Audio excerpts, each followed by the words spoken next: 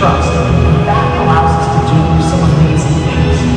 For example, when you visit the doctor, you present your arm to draw blood, or you step on the scales to see how much you weigh. It's much the same with our whales. Today we see our whales do behaviors together in unison. Synchronizing their movements and working as a team strengthens their social bonds and helps make them the ocean's top predator.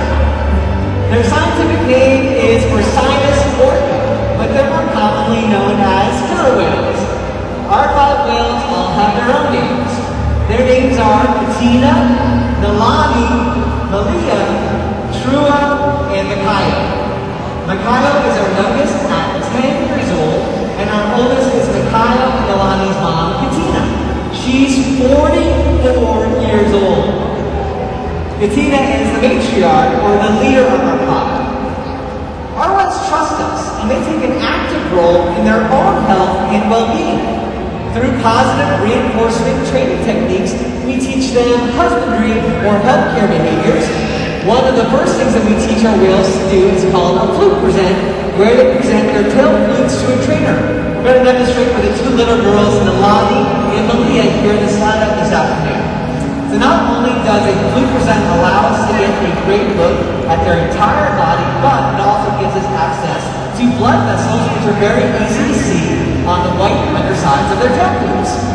Our veterinarians collect a voluntary blood sample at least once a month from our whales, and the whales are taught to stay calm and relaxed throughout, just like this.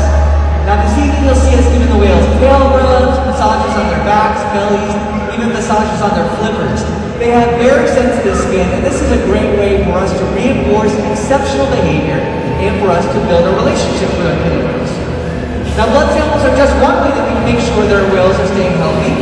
Another important diagnostic is weighing the whales. We weigh them every other week, and we're able to do that by asking them to slide their bodies up and out of the water onto a killer whale size scale that we have in one of our adjacent pools. We're going to demonstrate here the slide up with Katina. Katina, at 44 years old, is fully grown, and right now she weighs about 5,500 pounds. There she is. But you'll notice that the portion of her body right now, from her dorsal fin to her tail flutes, is in the water.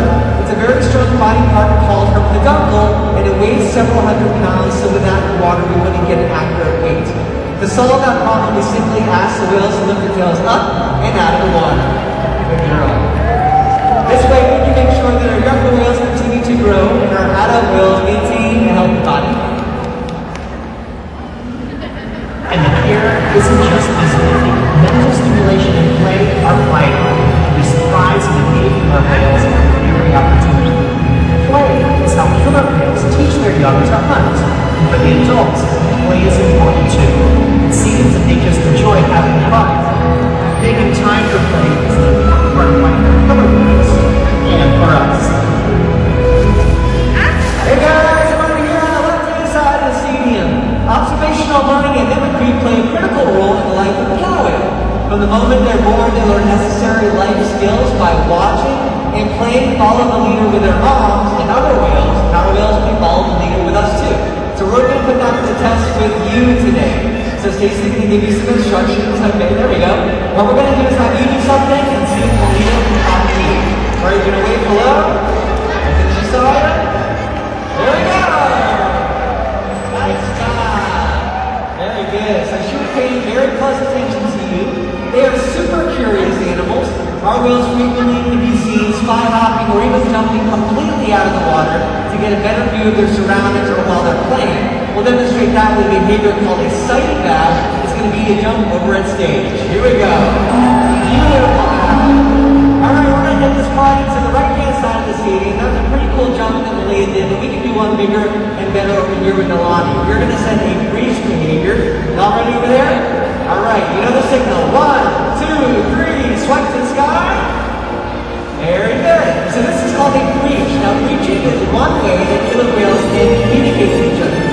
It's basically their way of making their presence known and saying, I'm here, everybody look at me!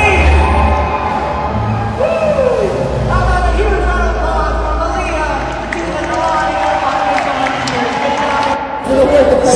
research and observation of the killer whales in our care has shed light on many of the mysteries about these amazing animals.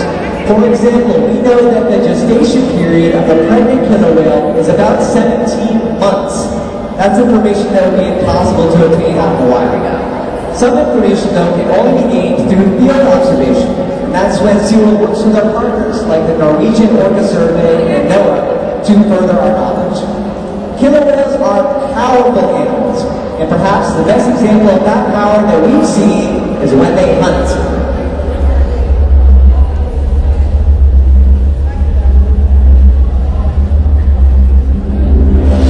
Killer whales stand apart. They have no natural predators, and just about any other ocean animal can eat their dinner. Depending on where they live and their chosen prey, they've developed some epic hunting techniques. Off the coast of South America, killer whales will beach themselves, riding in on waves just long enough to catch prey. They'll also create waves that knock animals like penguins or seals from ice cliffs. Most importantly, they cooperate, communicate, and coordinate as a team. Here's footage of killer whales corralling a school of herons. A whale dips in and feeds, while the other whales keep the fish together with swipes of their tail fins. So killer whales create waves to hunt, and they use their tail flukes to stun prey. Here's a demonstration. For our whales, it means a fun activity session. But for all of you, it's time to get wet.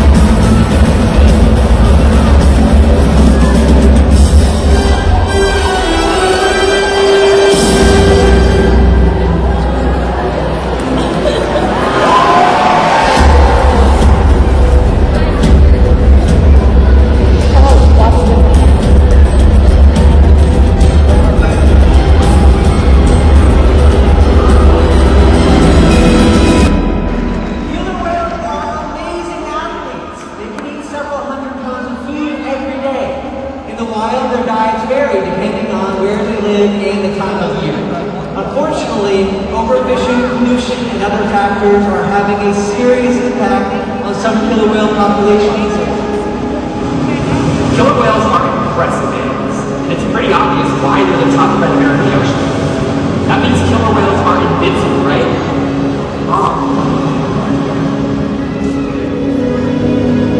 Killer whales depend on a plentiful resource and a clean environment.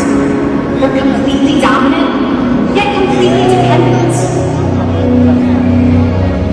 When it comes down to it, killer whales are not the most powerful animal in the ocean.